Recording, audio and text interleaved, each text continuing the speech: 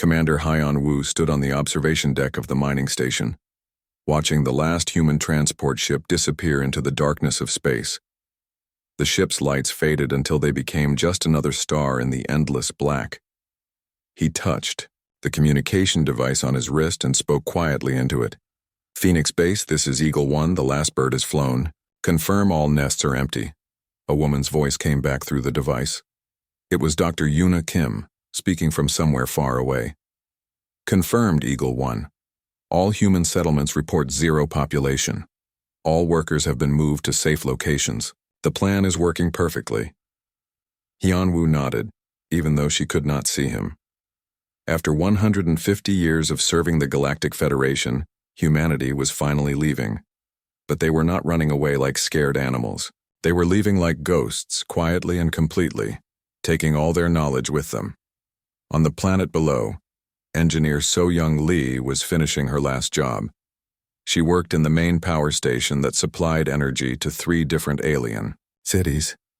Her hands moved quickly over the control panels, making small changes that would not be noticed for weeks. The aliens who worked with her had already gone home for the day. They never worked late like humans did. So-Young smiled as she finished typing commands into the computer. The changes looked normal, like regular maintenance updates. But in 30 days when these programs activated, the power grid would start having problems. Not dangerous problems, just annoying ones that would get worse over time. "All done here," she said to herself, gathering her tools. She had worked at this station for 15 years. The aliens had always treated her like she was not very smart. Even though she understood their technology better than they did, tomorrow morning they would find her workstation empty and wonder where the strange human woman had gone. Captain Dae-Ho Park was having the same thoughts as he piloted his cargo ship through the hyperspace lanes. His ship, the Silent Dawn, had been carrying supplies between alien worlds for 20 years. The aliens who hired him thought he was just a simple transport captain. They did not know he had been secretly mapping their trade routes and recording the locations of their military bases. In the cargo hold behind him were not supplies for alien colonies, but the last group of human families from the Outer Rim territories. Children played quietly in the passenger areas while their parents whispered about their new home. None of them knew exactly where they were going. Only people like Dae-Ho and Yan-Wu knew the location of humanity's secret destination. "Captain," said his first officer, a young woman named Hana, "we're approaching the last checkpoint. After this, we'll be in Federation space for only 6 more hours." Dae-Ho nodded. "Good. Send the final message to all human ships. Tell them, Phase 1 is almost complete." On board a Federation monitoring station, an alien officer named Vextel was starting to notice something strange. His computer screen showed that human settlements across the galaxy were going dark one by one. When he tried to contact them, he got no response. "Supervisor," he called to his boss, a tall alien with blue skin. "I'm getting some odd readings from the human sectors." The supervisor walked over and looked at the screens. "What kind of readings?" "Well, it looks like the humans are leaving. All their communication systems have gone silent. Their ships are not responding to our calls." The supervisor made a sound that was like alien laughter. "Probably just having technical problems. You know how bad humans are with technology. Send a repair team tomorrow." But Vextal was not so sure. The patterns on his screen looked too organized to be accidents. It looked like the humans were shutting down their systems on purpose, in a specific order, but that did not make sense. Where would they go? Humans needed the Federation for everything: food, medicine, protection from pirates. In the Federation capital city, other aliens were starting to notice the same thing. Dr. Yuna Kim had been working in their main research facility for 8 years. Her alien co-workers thought she was just a lab assistant, but she actually understood their experiments better than the scientists who led the projects. Today, her workstation was empty. Her alien supervisor, Dr. Klaxon, stood looking at her desk with confusion. "Where is the human?" he asked his assistant. "I don't know, sir. She didn't come to work today. Her apartment is empty too." Dr. Klaxon felt a strange worry in his stomach. Dr. Kim had been working on some very important projects. She knew about their new weapon designs and their secret experiments. What if she had taken information with her? But then he remembered that she was just a human. Humans were not smart enough to understand the really important parts of their research. They were good at following orders and doing simple tasks, but they could not think like real scientists. Across the galaxy, the same scene was happening on thousands of worlds. Human workers simply did not show up for their jobs. Human families had packed up and left their homes in the night. Human ships had disappeared from spaceports and trading stations. The aliens were confused but not worried.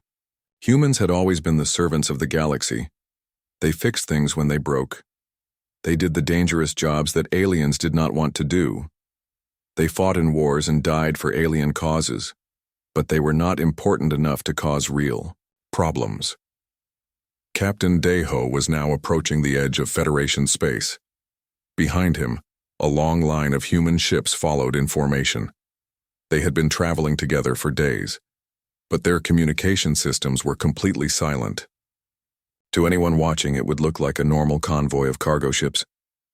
"Captain," Hana said quietly, "we're approaching the nebula." Daiho looked at the swirling clouds of gas and dust ahead of them. The Federation had marked this area as dangerous and off-limits. Their ships never came here because their sensors could not work properly in the electromagnetic storms.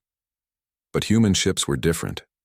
Humans had learned to build technology that could handle problems the aliens had never solved. In the past, they had pretended their ships were just as limited as alien vessels. Today, that pretense was ending. "All ships," Deho said into his communicator, "prepare for nebula entry. Switch to Protocol 7. One by one, the human ships changed their energy signatures. Their hulls became nearly invisible to sensors. Their engines ran so quietly that they made almost no sound. They entered the nebula like shadows, disappearing completely from Federation tracking systems. Commander Haiyan Wu watched the last ship vanish on his screens. He turned to the small group of humans who had stayed behind with him. These were volunteers who would remain in Federation space for a few more days, making sure everything went according to plan. "Gentlemen, ladies," he said quietly, "it is done. For the first time in 150 years, humanity is free." Outside, the galaxy continued its normal routine. Alien ships moved between stars. Alien cities buzzed with activity. Alien leaders made plans and gave orders. None of them realized that the quiet species they had always ignored had just vanished completely, taking with them the knowledge and skills that kept their civilization running. The silence had begun. 6 months had passed since the humans disappeared, and Admiral Veltar was starting to have a very bad feeling about everything. He stood in the command center of the Federation's main military base, staring at a wall covered with red warning lights. Each light represented a critical system that was having problems. Power grids were failing on dozens of worlds. Communication networks were shutting down randomly. Even the hyperspace beacons that guided ships between star systems were starting to malfunction. "Report," he said to his aide, a nervous young officer named Sub-Commander Crix. "Sir, we have 47 major system failures this week alone. The power station on Zentari Prime went offline yesterday. The atmospheric processors on 3 colony worlds are running at only 30% efficiency. And the main computer network on Vex homeworld keeps crashing every few hours." Admiral Veltar felt his 4 hearts beating faster. "What do the repair teams say?" "That's the problem, sir. They can't figure out what's wrong. The systems look fine, but they just stop working. And when they try to fix them, sometimes they make things worse." The Admiral walked to a large window that looked out over the military shipyard. Dozens of Federation warships floated in space, but half of them had warning lights flashing on their hulls. Even their most advanced ships were having problems that nobody could solve. On the other side of the galaxy, Jinwoo Choi was pretending to be very concerned about these same problems. He worked as a maintenance engineer on a major trade station, and his alien supervisors thought he was one of the few humans who had chosen to stay loyal to the Federation. What they did not know was that Jinwoo was making their problems much worse. "Sir," he said to his supervisor, a large alien with 6 arms. I think I found the problem with the docking bay controls. The supervisor leaned over Jinwoo's shoulder to look at the computer screen. What do you see? The programming code has some errors in it. I think the human who used to work here made mistakes when he wrote it. I can fix it, but it will take some time. The supervisor made an angry noise. Stupid humans. They never could. Write proper code. Fix it as fast as you can. We're losing money every hour those docking bays don't work. Jinwoo nodded and went back to his computer. But instead of fixing the code, he was actually making it more complicated. He added new programs that would cause different problems in a few weeks. The aliens watching him thought he was working hard to help them. In reality, he was slowly destroying their entire computer system. In the Federation's main medical facility, Dr. Hyejin Nam was doing the same thing. She was one of only a few human doctors who had remained in Federation space, and her alien colleagues trusted her completely. They had no idea that she was quietly sabotaging their medical equipment. Dr. Nam, said her supervisor, can you look at the surgery robots in operating room 5? They keep making small errors during operations. Of course, Hyejin said with a helpful smile. I'll check them right away. She spent the afternoon working on the robots, and when she was finished, they seemed to work perfectly. But she had actually installed hidden programs that would cause the robots to make even more mistakes in the future. Nothing dangerous enough to kill patients, but annoying enough to cause serious problems for the hospital. The aliens never suspected her, because they believed humans were not smart enough to create such complex sabotage programs. They thought humans could only follow simple instructions and do basic repairs. Meanwhile, Admiral Veltar was getting more bad news every day. Federation scientists had been trying to reverse engineer some of the technology that humans had built, hoping to fix their failing systems. But every attempt had ended in disaster. What happened this time? The Admiral asked Dr. Klaxon, the same alien scientist who had worked with Dr. Yuna Kim. Dr. Klaxon looked embarrassed. We tried to copy the design of a human power generator. The math looked simple enough, but when we built it and turned it on, it exploded and destroyed half of our laboratory. How is that possible? Humans built hundreds of those generators. They worked perfectly for decades. I don't understand it either, sir. The human designs look so basic, but when we try to copy them, nothing works right. It's like they were hiding something important from us. The Admiral was starting to realize something that made him very uncomfortable. For 150 years, the Federation had treated humans like servants and laborers. They had assumed that humans were not very intelligent because their technology looked simple and their ships seemed basic. But what if they had been wrong? What if humans had been much smarter than anyone realized? This thought became even more frightening when the first search expeditions returned from human space. Admiral Veltar had sent 12 different fleets to find the missing humans and bring them back. The expeditions had visited every known human colony and settlement. They had found nothing. Not just empty buildings or abandoned cities, but nothing at all. The human colonies had been completely dismantled. Every piece of equipment had been removed. Every computer had been wiped clean. It was like the humans had never existed at all. Even worse, 3 of the search fleets had suffered major technical failures during their missions. Ships had lost power in deep space. Navigation systems had stopped working. One entire fleet had barely made it home when their engines failed just outside a dangerous asteroid field. Captain Taewon of the Federation cruiser Starseeker was leading the latest search mission. He was a veteran officer who had fought in 3 different wars, but he had never seen anything like this. Captain, said his sensor officer, we're approaching the Kepler 442 system. This used to be the location of New Sol Colony. Captain Taewon looked at his main screen. The Kepler 442 system had 3 planets, and the middle one had been home to nearly 1 million humans. It should have been easy to spot their cities and industrial complexes. I'm not seeing anything, the sensor officer said, confusion clear in his voice. No buildings, no roads, no power signatures, nothing. That's impossible. Scan again. They scanned the planet 5 times with their most powerful sensors. The planet was completely empty. There were no signs that anyone had ever lived there. Even the orbital stations that had surrounded the planet were gone. But as they prepared to leave the system, something strange happened. The ship's main computer started receiving a message. It was not coming from any visible source, but somehow, it was appearing on their communication screens. The message was very short. Phase 1 complete. HW. Captain Taiwan stared at the message for a long time. HW could only mean one person, Commander Haiyan Wu, the human who had led the Colonial Defense Force. But if Haiyan Wu was sending messages, that meant the humans were not just running away. They were following some kind of plan. And if this was only Phase 1, what were the other phases? Back on the Federation capital world, the government was finally starting to understand how serious their situation had become.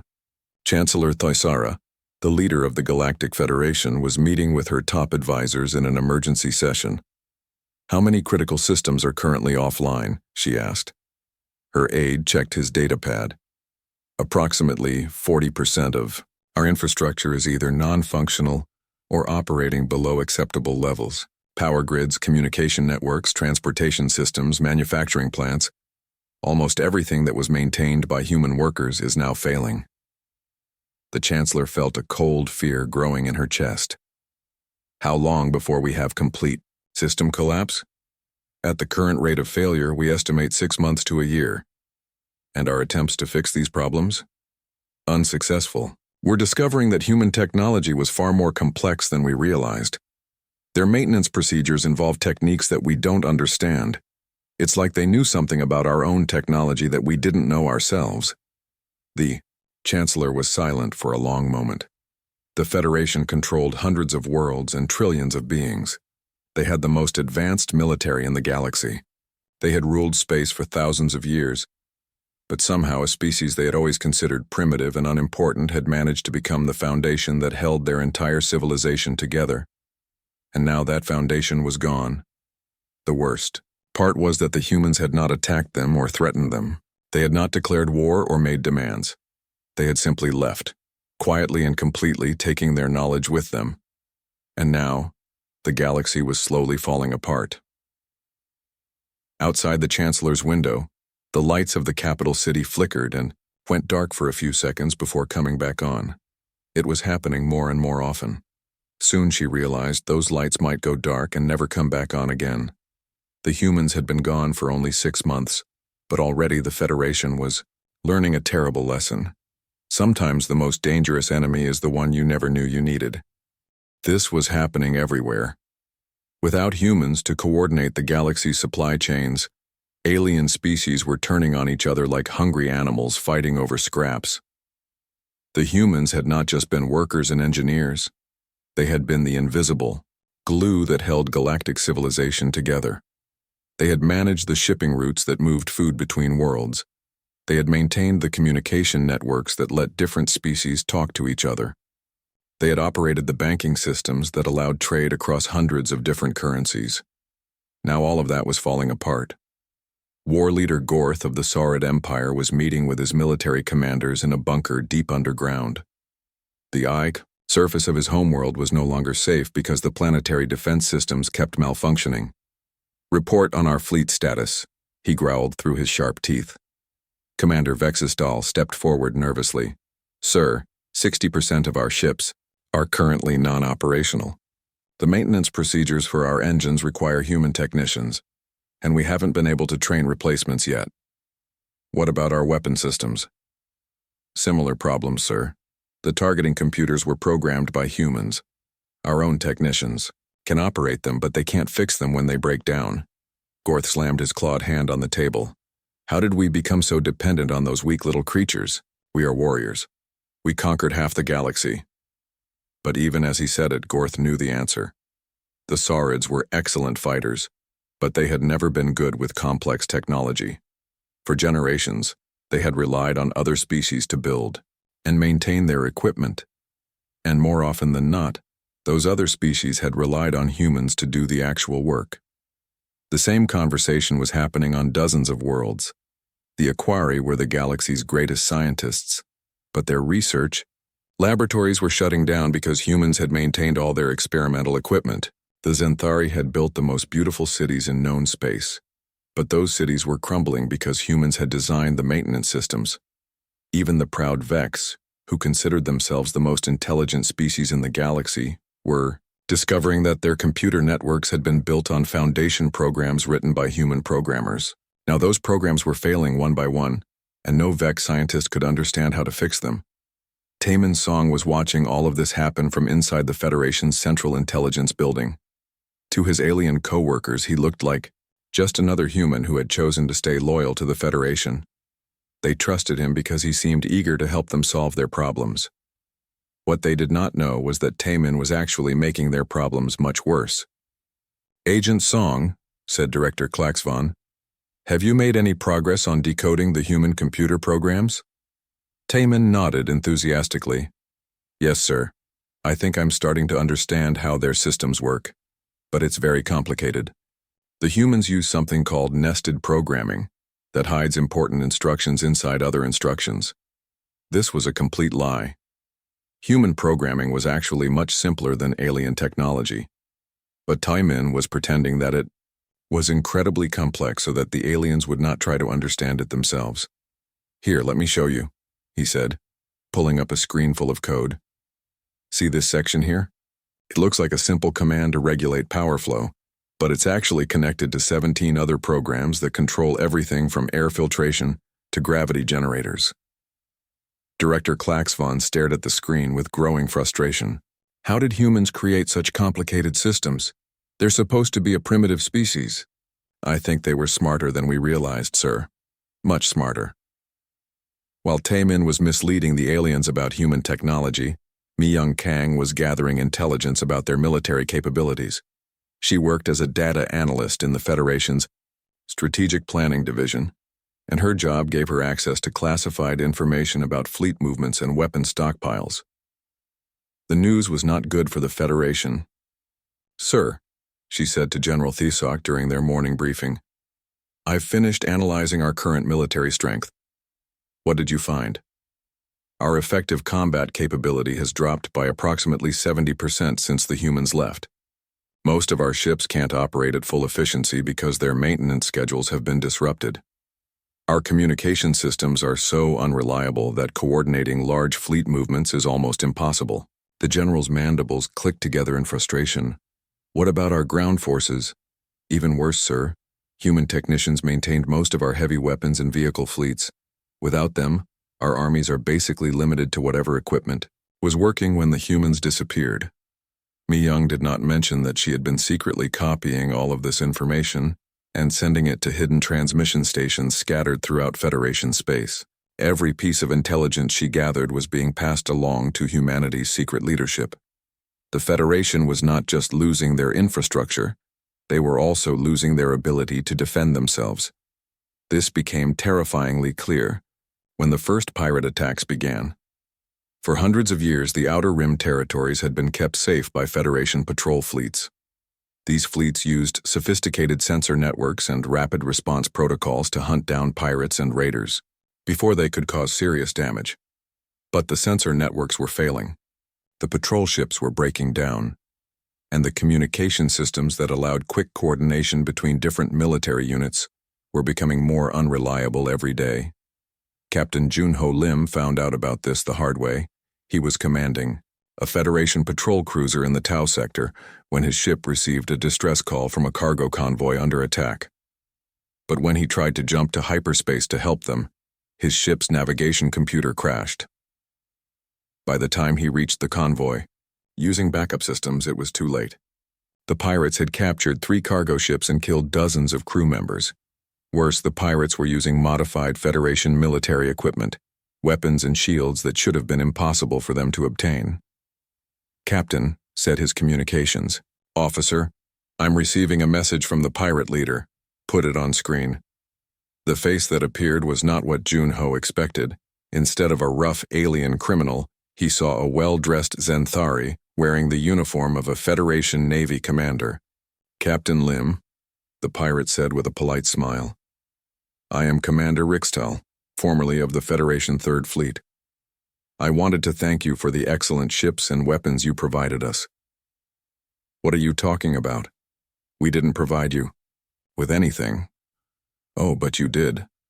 When the Federation can no longer protect its outer territories, those territories become free for the taking. Your government abandoned these worlds when they let the humans disappear. Now we're simply claiming what has been left behind. The communication ended, leaving Junho staring at a blank screen. This was not just piracy. It was organized rebellion. Federation military officers were taking their ships and equipment and setting up their own independent territories. The galaxy was not just falling apart. It was actively tearing itself into pieces. Back on the Federation capital world, Chancellor Thisara was reading reports that made her want to crawl into a dark hole and never come out. How many worlds have declared independence this month? She asked her aide. 47, Madam Chancellor. Most of them are outer rim colonies, but 3 are core worlds with significant industrial capacity. And our response? We don't have the military strength to force them back into the Federation.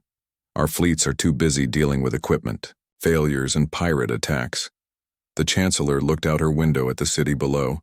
Even here in the heart of Federation power, the signs of decay were everywhere.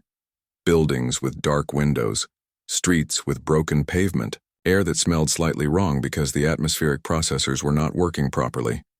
Have we received any word from the search fleets? Yes, Madam Chancellor. Admiral Veltar reports that they have detected massive energy signatures from the void sector, but they haven't been able to get close enough to investigate. Every time they approach, their ships suffer mysterious technical failures. The Chancellor closed her eyes. The void sector was a region of space that the Federation had always avoided. It was full of dangerous radiation and electromagnetic storms that made it almost impossible to navigate. If the humans had somehow managed to hide there, it would explain why no one could find them. But it also meant that humanity had technology far more advanced than anyone had realized. For 2 years, the Federation had been telling itself that the humans would eventually come back. They had assumed that humanity would realize they could not survive without Federation support and would return asking for forgiveness. Now the Chancellor was starting to understand a horrible truth. The humans were not coming back because they did not need to come back. They had found a way to survive and thrive without the Federation. And while they were building their new life in the void sector, the galaxy they had left behind was slowly destroying itself. The worst part was that there seemed to be no way to stop it. Every attempt to repair their failing systems led to new problems. Every effort to maintain their military strength resulted in more equipment failures. Every day brought news of another world declaring independence or another fleet defecting to join the pirates. 5 years had passed since humanity disappeared, and Admiral Veltar was leading the largest military expedition in galactic history toward the void sector. Behind his flagship, more than 5,000 Federation warships traveled in formation. This fleet represented the combined military might of every major alien species. The Saurids had contributed their most powerful battleships. The Vex had brought their advanced cruisers. Even the proud Aquari had joined the expedition with their research vessels.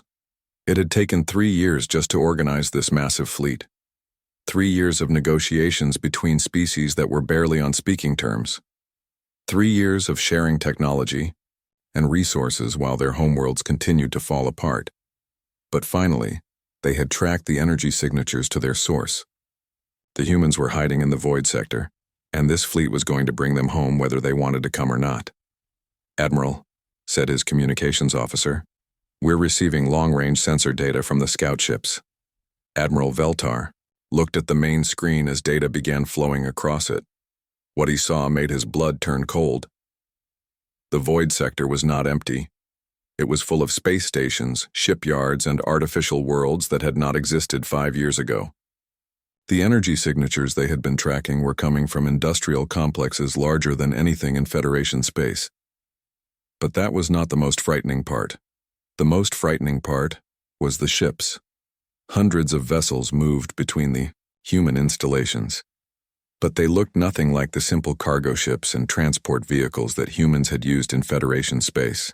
These ships were sleek and elegant, with hull designs that seemed to bend light around them. Their energy readings showed power levels that should have been impossible for ships of their size. Sir, said the sensor officer in a shaky voice. I'm detecting weapons signatures on those ships that are... Sir, they're more advanced than anything in our database.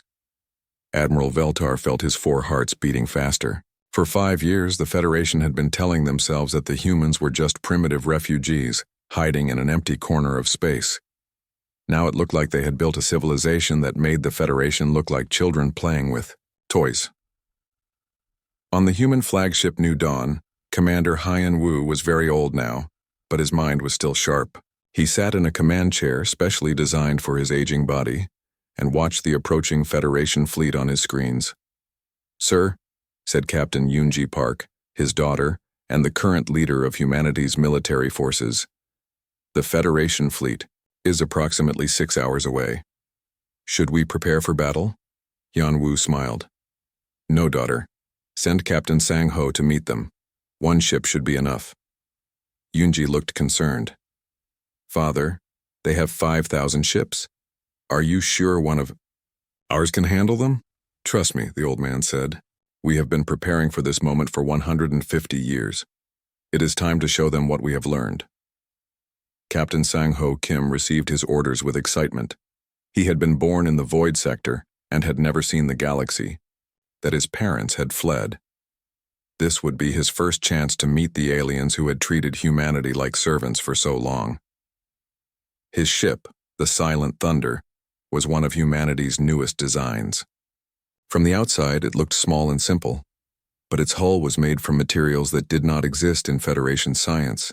Its engines used principles that human scientists had developed by studying and improving alien technology for over a century. Most importantly, its weapons were based on discoveries that Dr. Yuna Kim had made while pretending to be a simple lab assistant in Federation research facilities.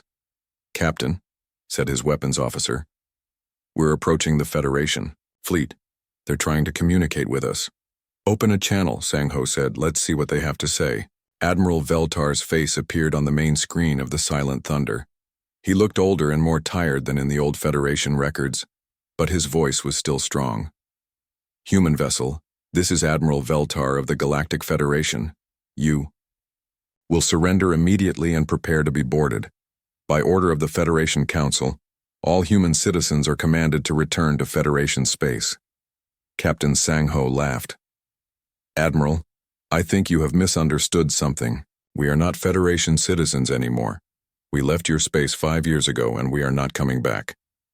You don't have a choice in this matter. The Federation needs its human workers to return and repair the damage you caused when you left. The damage we caused? Sang Ho's voice became colder. Admiral, we spent 150 years fixing your problems, building your technology, and fighting your wars. We left peacefully, without hurting anyone. If your civilization fell apart after we left, that is your problem, not ours. Admiral Veltar's face turned an angry purple color. You will return, or we will force you to return. I have 5,000 warships with me. Yes, I can see them on my sensors, very impressive. Tell me, Admiral, how many of those ships are actually working properly? There was a long silence. The truth was that less than half of the Federation fleet was operating at full capacity. Many ships had joined the expedition even though their engines were unreliable or their weapon systems were malfunctioning. That's what I thought, Sang Ho said. Admiral, I'm going to give you a demonstration. Please watch your sensors carefully. On every Federation ship, alarm bells began ringing. Their sensor officers were detecting something impossible. The single human ship was generating more power than an entire Federation battle group. Sir, whispered Admiral Veltar's aide, the human ship is charging some kind of weapon.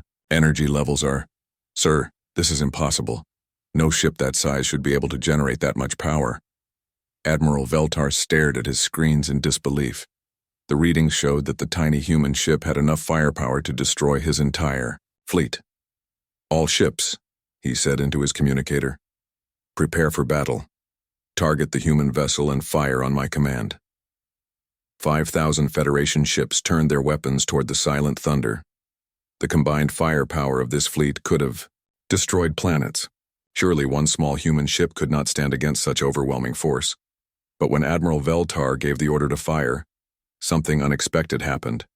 Nothing, "Sir," said his weapons officer, "our targeting systems are not responding. I can't lock onto the human ship." The same thing was happening throughout the Federation fleet. Their sensors could see the human ship, but their weapons could not target it. It was like the human vessel existed in a different dimension. "Admiral," Captain Sangho's voice came through the communication system. "Your weapons cannot hurt us. We learned how to build defenses against Federation technology while we were working for you. We studied every weapon design, every sensor system, every tactical doctrine. We know how your ships work better than you do." Admiral Veltar felt a growing panic in his chest. "Impossible. Your technology was always inferior to ours." "Our technology was never inferior, Admiral. We just pretended it was. For 150 years we let you think we were primitive so you would not see us as a threat. While you were treating us like servants, we were learning everything you knew and making it better." To prove his point, Captain Sang-ho did something that should have been impossible. His ship suddenly appeared directly in front of Admiral Veltar's flagship, having moved faster than Federation sensors could track. "Your ships are impressive, Admiral," Sang-ho said, "but they are based on 1,000-year-old designs. Your species stopped innovating long ago because you had humans to do the difficult work for you. We, on the other hand, have spent the last 5 years building technology that you cannot even imagine." The silent thunder moved through the Federation fleet like a ghost. It passed through their defensive formations without triggering a single alarm. It danced around their most powerful battleships like they were standing still. And then, just to make his point completely clear, Captain Sang-ho did something that terrified every alien in the fleet. He disabled them, not destroyed, disabled. Every Federation ship in the fleet suddenly lost power to their engines and weapons. They were still alive, still breathing, still able to communicate, but they could not move or fight. "How?" Admiral Veltar whispered. "We installed hidden programs in your computer systems 150 years ago," Sang-ho explained. "Every time a human technician worked on your ships, we added a little code. Every time a human programmer updated your software, we built in a backdoor. Every Federation vessel has been under our control this entire time. We just never chose to use that control until now." The implications of this were staggering. It meant that humanity had never been truly defeated or conquered by the Federation. They had been pretending to be servants while secretly controlling the entire galactic military. "Admiral," Sang-ho continued, "I want you to take a message back to your leaders. Humanity does not need the Federation anymore. We have built our own civilization, and it is better than anything you ever created. We do not want to fight you, but we will not allow you to threaten us either. But the galaxy is falling apart without you," Admiral Veltar said desperately. "Worlds are dying. Species are going extinct. We need your help."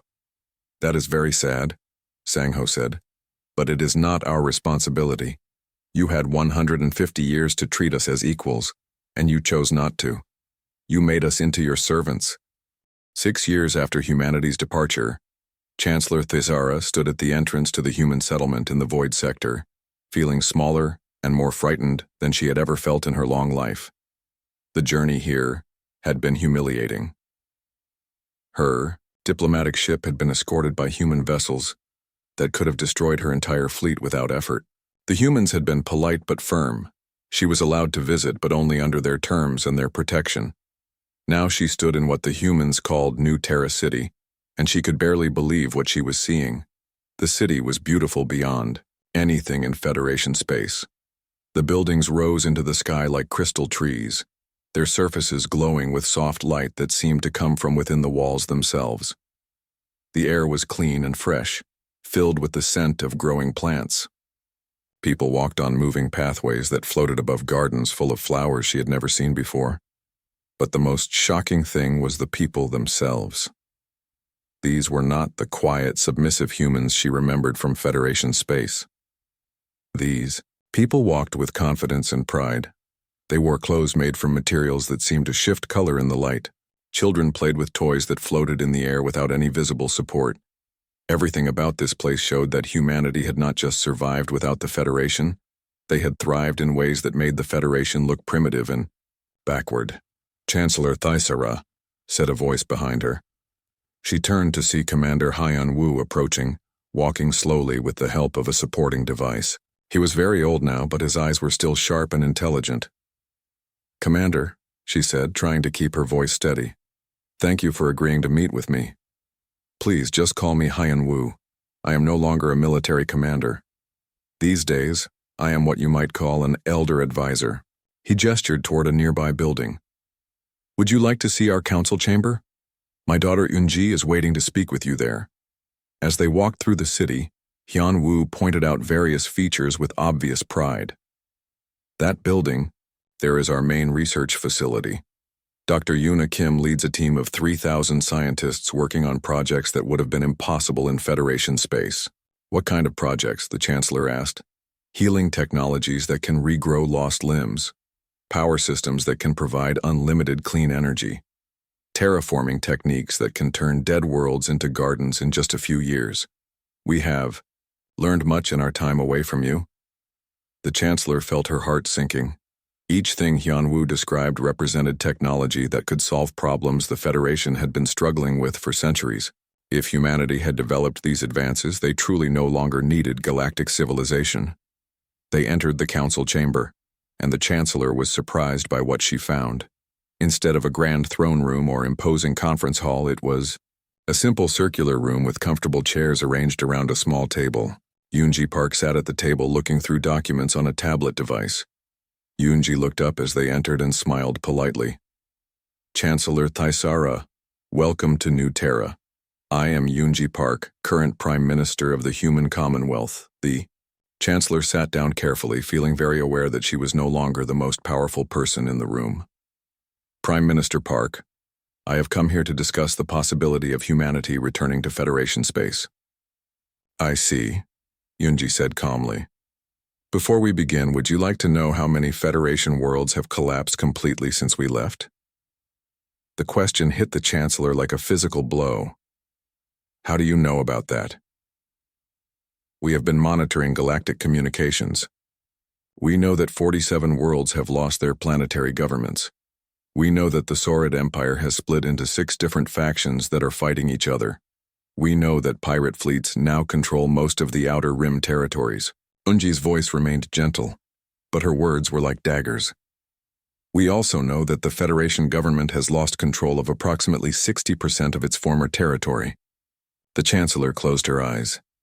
Every word was true, and hearing it spoken so calmly made the reality even more painful. "Prime Minister," she said quietly, "the galaxy is dying without humanity. Billions of people are suffering because our technology no longer works properly. Entire species may go extinct if we cannot restore our infrastructure." "That is very sad," Yoonji said, and she sounded like she genuinely meant it. "But as my father always taught me, actions have consequences. The Federation treated humanity as a servant species for 150 years. You gave us the most dangerous jobs, the lowest pay, and no voice in government. When we asked for equal representation, you laughed at us. When we requested fair treatment, you ignored us." "But we didn't know," the Chancellor said desperately. "We didn't understand how important you were to our civilization." Hyun Woo spoke for the first time since they had sat down.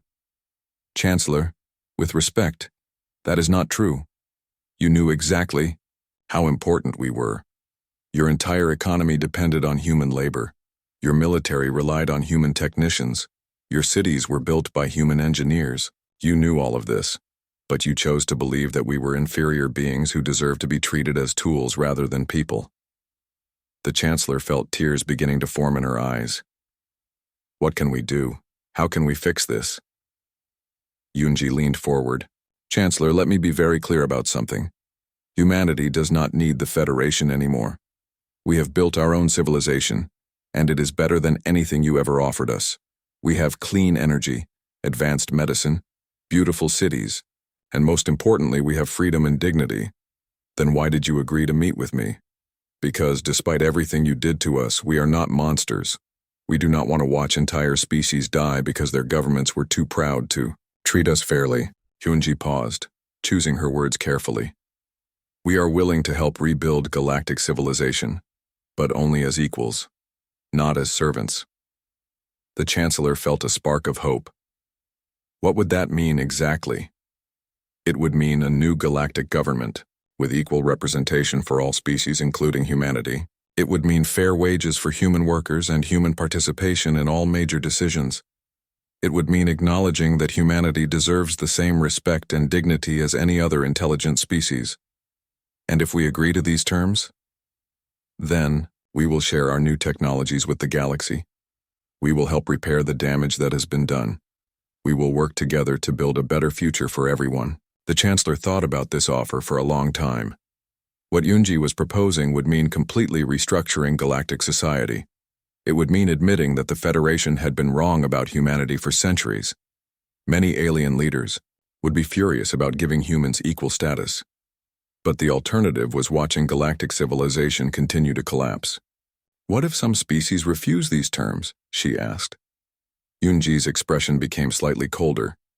Then they will receive no help from us. They can continue to struggle with their failing technology while the rest of the galaxy moves forward. Over. The next several hours, they worked out the details of what would become known as the New Galactic Accord. Humanity would return to galactic society, but as partners rather than servants. Human scientists would share their advanced technologies, but only with governments that agreed to treat all species fairly. Some alien leaders accepted these terms immediately. Others, too proud to admit they had been wrong, refused and watched their civilizations continue to crumble. Young Su-Han, who had been chosen as humanity's first ambassador to the new galactic government, stood before the newly formed Galactic Council 6 months later.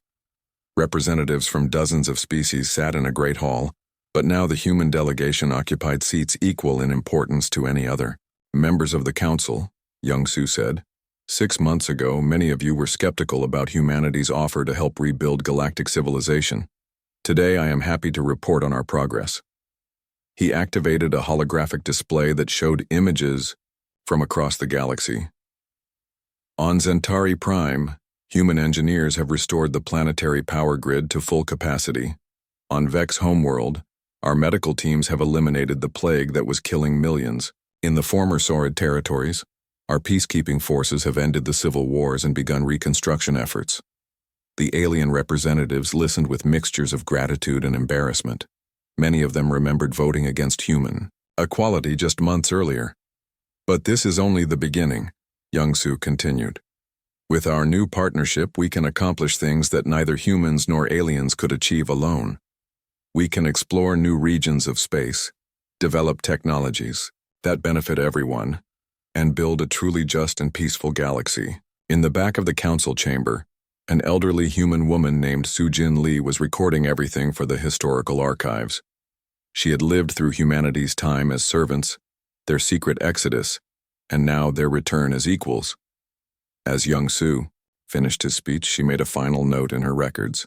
Today marks the end of the age when one species could rule over others through force and arrogance. The galaxy has learned, perhaps too late for some, that true strength comes not from domination but from cooperation. Humanity has shown that sometimes the greatest victory is knowing when to walk away and when to come back on your own terms.